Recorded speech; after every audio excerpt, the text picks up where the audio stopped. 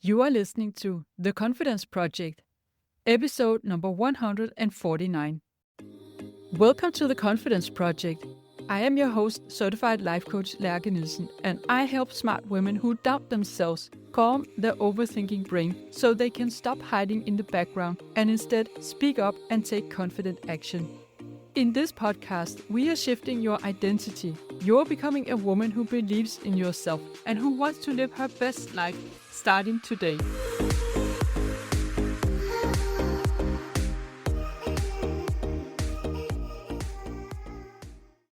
Hey there. Today, I want to say a few words about dating. And this is based on both some reflections I had and also conversations I had with women that I know and some of my clients. So this is mainly to those of you who are around 50, maybe a little bit over 50, and who feel very comfortable in your life. You have a good job, you have a good career, you have a good income, you have a good home, you own your flat or your house, you have maybe traveled the world, you've done a lot of things in your life, and you have many good friends. So you feel very comfortable in your life alone. You are free to do whatever you want and when you want to do it. You do want a man, but it's not a need. It's something you want, but you don't need it. And this in itself is very good. It's so much better to want than to need. But, and here's where it all crashes. Want versus need, that does not mean I only want someone if he's right outside my door, he's knocking on the door and he insists that I open. He's looking amazing, he's charming, and he's brought my favorite brand of takeaway coffee, and he says and does all the right things from day one. I only want someone if he really insists and he really makes an effort and proves to me that he can make an effort. Because I am a good catch. I deserve a good man, and I did a lot in the past for men. This is over now. Now it's their turn to show me. It's their turn to make an effort. Now, I understand where you're coming from, and I do agree you are a good catch and you deserve a good man. I don't disagree with you on that. That is definitely true, but not wanting to make an effort and only want to be open to a man if he is already doing a lot of hard work to prove it to you, and then expecting someone to come find you, that is entitlement. If you do not want to make an effort yourself and you do not want to compromise, you do not want to get out of the comfort zone and maybe sometimes date a man that you might not be crazy about from the beginning, then you will never find a partner. You will never create a new and healthy relationship. Being comfortable on your own and wanting instead of needing, that should not mean leaning back and not being willing to make an effort, or very quickly point out all the errors with the man, finding many reasons to end the connection. And what I have seen again and again, it basically begins all the way from when you open a profile and you start questioning, why should I even want to write anything in my bio when they don't? Why should I want to make an effort if they don't? And why should I try to look nice and smile in a photo so that all kinds of strangers on the internet can see me? Because there's so many bad profiles out there and so many men, they don't have good photos on their profile either.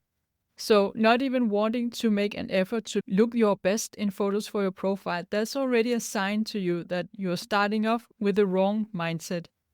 And this can also show up again in resistance against matching with anyone. There's no one you want to match with. You can find many, many errors with everyone. Either it's where they live, or it's the way they look on the photo, or it's the fact that they have not written anything, or it's the thing that I have written, or it's their height, or it's their background. And then the moment you decide to match, because there's actually no red flags and there's nothing against matching, then your brain is going to start to look for reasons to unmatch. It's almost like you want to unmatch him as fast as possible. And it could be that you feel he didn't take initiative fast enough, or the conversation is boring, and you are not actually looking at your own contribution. What are you doing to keep the conversation alive? What are you doing to not make it boring? And again, you have this in the back of your mind. You don't want to do a lot. You might want to do a tiny bit, but you don't want to do a lot to make it more interesting because you are done carrying the heavy load. And then when you finally go on a date, again, your brain is looking for arrows and you will find them, because it's very, very rare that everything goes perfectly on the first date and that you have fireworks and sparks and you feel really attracted to the guy already on the first date. You have got to give it a chance to develop, and you've got to get out of the entitlement and expecting him to do all the work. And I get where you're coming from if you feel that in the past you did all the work in your past relationships, right? You did all this, you made all the effort, and you carried the heavy load all of the time. You were the one who took initiative, you were the emotional lead. And now you're thinking, this is never going to happen again. I'd rather be single than having a lazy guy again. And I don't want to compromise anymore, because why should I? But the thing is, if you think like this, you are punishing your potential future partners and also yourself. You are punishing them for what your exes did.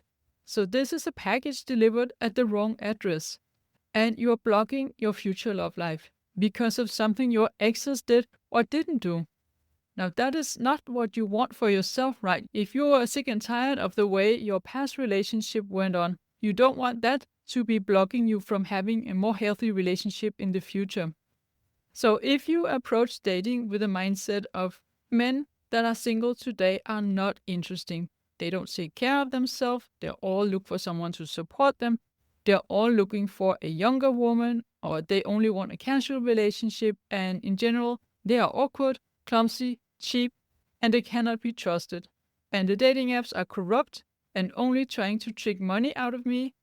I don't want to give a compliment before he does. I don't want to say something nice before he does. I don't want to make an effort unless he shows me first that he can make an effort. I don't want to compromise. I don't want to go on a second date if I don't feel attraction and sparks on the first. If this is how you approach dating, you are never, and I mean, you are never going to find a partner. And so the with or without you energy that I speak about sometimes, it does not mean prove it to me. Prove that you're worth my time and energy. If you want a relationship, it's really nice that it is a want and not a need. But you have to put some energy in it yourself. You have to be open to seeing how your own mindset is blocking you from meeting someone. And that when you repeat to all your girlfriends that the good ones are taken and men cannot be trusted and dating apps suck, you cultivate negativity. You immerse yourself in it and you consolidate that it's all against you and you are better off single. So I want you to really pay attention to this. Hanging out with other single women who hate men and dating apps, and even though they want a man, they're not going to make the slightest effort. They act as if they're entitled to Mr. Right tracking them down, and if he doesn't, then it's just too bad, you're better off single. When you do this, you create negative self-fulfilling prophecies, and you block yourself from ever meeting someone and creating a relationship. Because a relationship is not something you find. It's not this right person out there that you just click with. It is something you create. And in order to create it, you both have to stretch a bit. You have to meet in the middle. You have to give it time. You have to bend some corners. You have to soften up a bit. Be warm and approachable. And give a compliment. If only you knew how much it matters and how much a man loves to feel appreciated on a date, then you would give some more compliments. Be curious about him instead of judgmental. And leave the door open slightly longer than you would normally do. Because if you want different results, you have to do things differently. And you can hold the duality of being happy on your own and still want a man, and knowing that this requires you to make an effort. And I know it's not always comfortable to look at our own behavior and how we are getting in our own way, and how we could show up in ways that facilitate better connection and better dates, but it's actually necessary. Making an effort does not mean chasing. It does not mean working hard for love and repeating mistakes from past relationships. It does not mean that you are needy. It does not mean that you are attached to finding someone and that your life is over if you don't. It just means that you are an emotionally mature human being who understands that when patterns repeat, and the results you want are not showing up, it is most likely, at least partly, due to yourself, getting in your own way, blocking yourself with negative stories about men, dating, and dating apps. And once you understand that and you realize that this could be the case, you need to get to work on deciding who you want to be in dating, how you want to show up. Do you want to be the negative person who doesn't give a guy a chance, who acts entitled, who's leaning back and not wanting to make an effort, not wanting to give one single compliment, not wanting to be positive and appreciative? Or do you want to be someone who is always able to find something that you can praise, who is always someone that men love to be on a date with, who is not afraid of showing your warm side, be appreciative, while at the same time discerning? This is all about the duality. You don't have to be naive just because you give a compliment or just because you are positive. And it doesn't mean that you can't afterwards decide that you're not going to continue dating this guy. And do you want to be a person who is more curious than judgmental, who is open and patient, who gives a connection time, and who is self-aware? And that also means looking at how your own behavior is creating the results you have. Which is the mindset you want to have. You can choose who you want to be, how you want to show up in dating, and you can do this in spite of bad dates, in spite of all the bad profiles you see in the dating apps, and in spite of disappointments in the past. In spite of all that, you can still show up in a positive and empowered mindset. This is a bit of tough love, I know, but I also think that some of you need to hear this. And if you're now thinking, this is not me, because the reason why I am single is that there are no good men out there. The dating apps are corrupt. It's not me who does anything wrong. Well, then you most likely will stay single for a long time. This is all about taking responsibility for the results we have in life, instead of blaming it on everyone else. It is so much more empowering for you as well to say, okay, I am creating the results I have in life, then I'm also in power of changing these results. If it's someone else out there who has the power, then you can do nothing. And the part that you are responsible for, you can do a lot about that. And often what happens, and this is the way human behavior works, is that if you show up as a more warm and positive version of yourself, the guy that you are on a date with, he most likely will want to make an effort more than if you have the attitude of, he needs to prove it to me. He needs to show me how amazing he is before I'm even going to give him a compliment. Being happy on your own, it doesn't mean you can't want a man. But if you do want a man, you have got to understand that you need to make an effort yourself. You can't just blame it on external things. You have to be willing to change your approach and be willing to be uncomfortable from time to time. That is growth, and that is becoming a woman who creates a new and healthy relationship. So what does it look like to be unattached and still make an effort? It's the same as being unattached to anything else and still take responsibility for the results you have in life. Like if you want a new job, you update your CV, you find job postings and you activate your network. But if you don't find any jobs that interest you in the first month, you don't conclude that LinkedIn is corrupt and all the good jobs are taken and it's too late for you, and whenever there's a job available, there's a problem with it and it's not what you're looking for. You get curious and you try different things. You give it some time. And when you go to an interview, you don't immediately withdraw your application if it doesn't feel like a perfect match. You also know that it might take some time to find a new job, and it's likely not the first application you send that's going to give you the job. You might be looking at 6 to 12 months of job hunting, and that's totally normal. It's not because there's something wrong with the system or the job database or the employers. And you have the patience and the grit to keep going. And you can say, if your story is that you had many first dates only, and it's usually because you don't like what you see on the first date, and then you end the connection. At some point, you want to ask yourself if you might want to do this differently. Like if you had many job interviews, and then you withdraw your application afterwards because it wasn't exactly what you wanted. If that was the case, you would start to question whether you might be applying for the wrong jobs or whether your tendency to pull away is really an expression of fear that is disguised as discernment. You tell yourself there's something wrong with the job, but in reality, you're withdrawing because of fear. Because that's also for many of you the root cause behind the negative thinking, is that you have fear of being vulnerable with a new man.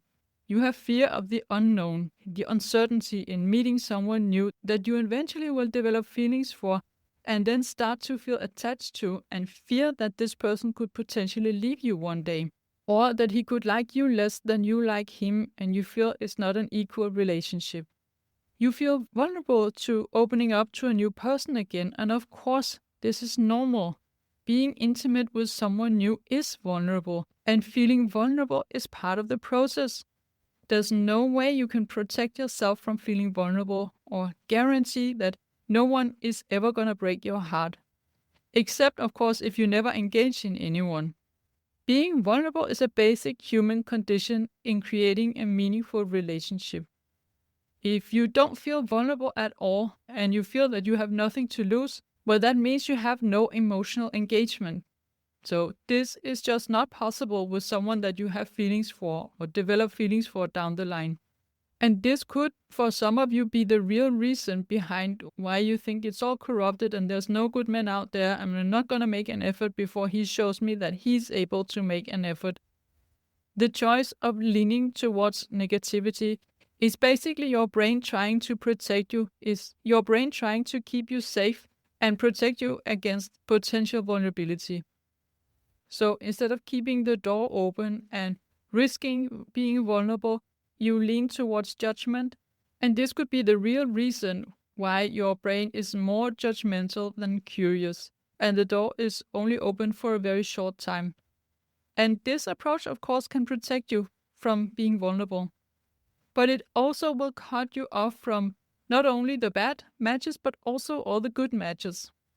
And I would say you're wasting your time while you're getting confirmation of your negative belief.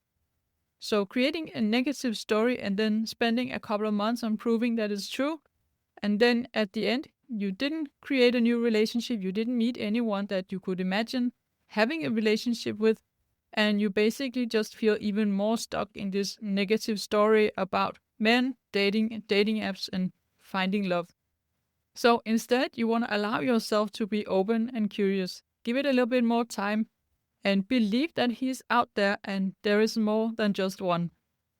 Be willing to compromise and hold the uncertainty for a while and feel just a little bit uncomfortable because you don't have all the answers yet. This is normal and it's part of the process.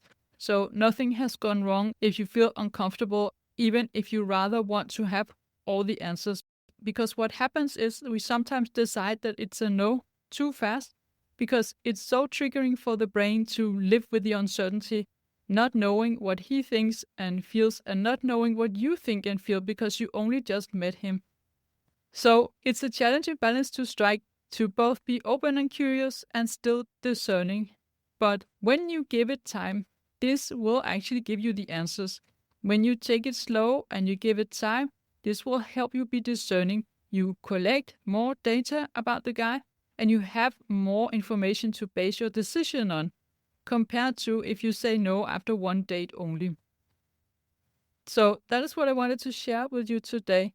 If you feel that the dating apps suck and all the good men are gone and it's not me the problem, it's everyone else out there, I'm not doing anything wrong, try to think about these things for a moment and try to ask yourself, what would happen if I just decide to change the way I do things? Just as an experiment. Instead of dating the way I normally do, if I want other results, I'm going to try to do it differently. I'm going to try to see as an experiment what happens if I give it more time, if I'm more curious, if I try to myself be the kind of woman that is fun to be on a date with, if I myself contribute, I make the conversation interesting. I contribute with something positive. I give a compliment, and then maybe I will see a different version of him. I always like to encourage you to see dating as an experiment. If something you're doing is not working, if you are not getting the results you want, You want to try something new. Experiment with it. Try to shift up your behavior. Try to date someone you would normally not date. Try to be a version of yourself that you would normally not be. Try to experiment all the time and see what are the results you are getting and how can you learn from that. If you are single and you want to find a partner, this is available to you and you want to approach it as if it was a job. You want to evaluate your method from time to time. Be patient and take a look at your own behavior and your own strategy. See how it's working and see how the way you're showing up is influencing other people's behavior and the results you're getting. I know many of you are very good at doing this in your career, so I want you to do it the same way in dating. Try to approach it in a more strategic way and not in this sort of it should just happen by itself because it's more romantic. Try to approach it as if it was a business project, it was a career project. You tried one method, it didn't work. Now you want to try another method. Now you want to see how can I turn up and down the volume of my different behaviors and see how that influences the result. Also, it's a lot more fun when you do it like this instead of feeling like a victim because it's everyone else out there and the dating apps and it's not you. It's actually so much more fun to see, okay, I do actually have a lot of power here in the way I show up. I can change the way other people show up. I can change the results I get. And now I'm going to get to work and test different theories. I'm going to try different approaches, different methods, and see how that influences the results. So I hope this landed with you. I know it was a bit of a tough love episode, but I also know some of you need to hear this. So try to be open to hearing this. Listen to the episode again if you feel triggered. And if you feel triggered, then maybe you should actually look at your own behavior and see where is the potential for me to get more out of my time and energy. How can I create better results for myself? I really wish you the best in your dating journey. You know where to find me. There's a link in the show note if you want support from a coach. And if you don't want, I wish you the best in experimenting with dating. Try to see it as a fun experiment and try to learn from every date and every connection you have. So I'll be back next Thursday. Have a wonderful week. If you like what you're hearing on this podcast, I would be happy if you can give me a rating and a review and share the podcast with a friend. And if you now feel inspired to do this work and become a woman who fully believes in herself, then book a free call on the link in the show notes. I would love to talk to you.